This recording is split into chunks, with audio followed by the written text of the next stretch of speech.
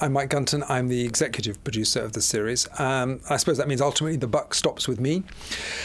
But I've worked with everybody who works on the series from the beginning, right when we first conceived the idea and got it commissioned, all the way through to the final stages, which we're at now, putting it all together and seeing the amazing fruits of all our labours.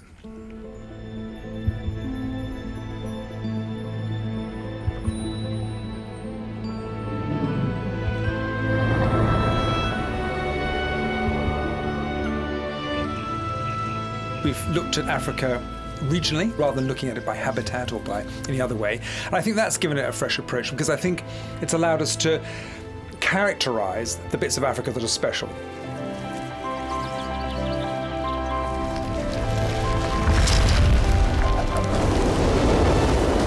North Africa really is a place that you can identify, that, you know, built around the Sahara, or East Africa has got a real personality.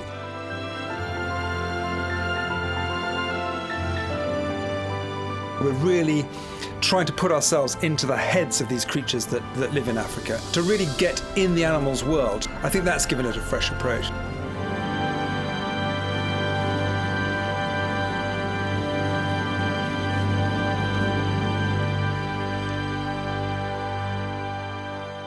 We thought when we started off this series we'd be able to film all over North Africa.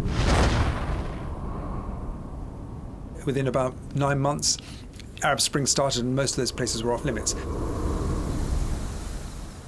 You know, we're looking at this map and we were sort of crossing them all out, and there was just Morocco left, and even then Morocco ended up being out of bounds for a while. So that was challenging. But there have been places we have been able to get to which we didn't think we would. The sequence that sticks in my mind the most is when I saw the rushes from the giraffe fight, because I just simply couldn't believe what I was seeing. I couldn't believe that two giraffes could hammer at each other so extensively and so violently, nor could I imagine that one of them could actually knock the other one over.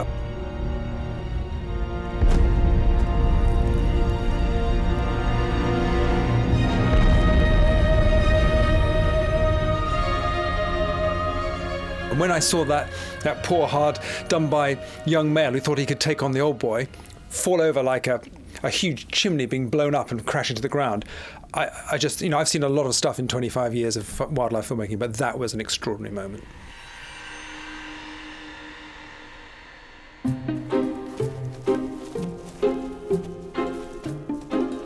One of the animals that I really loved in this series was the dung beetle in Egypt, because I love heroic animals, and I also quite like almost heroic failure animals. And the story of this poor little dung beetle who's trying to get her lump of dung back home, and she pushes it and pushes it and pushes it, and then she falls down and rolls down a sand dune, but she will not give up. And I just think that's great. I love that kind of determination that you see in nature. So I suppose if I had to pick one today, it would be the dung beetle.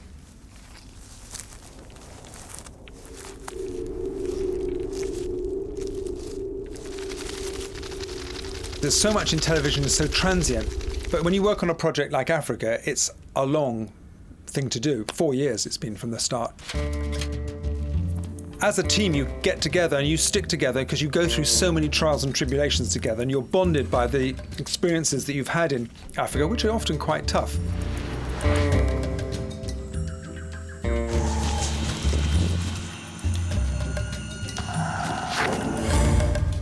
Africa is undergoing huge change at the moment, and I think we've been lucky to capture it in a very critical moment. You know, we've got some really exciting firsts, you know, and I think it's important on a big series like this to be able to have things that people will remember for a long time.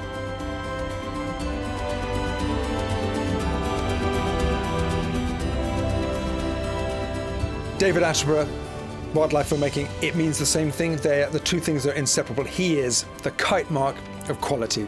If he's involved, it's going to be spectacular, it's going to be beautifully told, and it's going to look fantastic.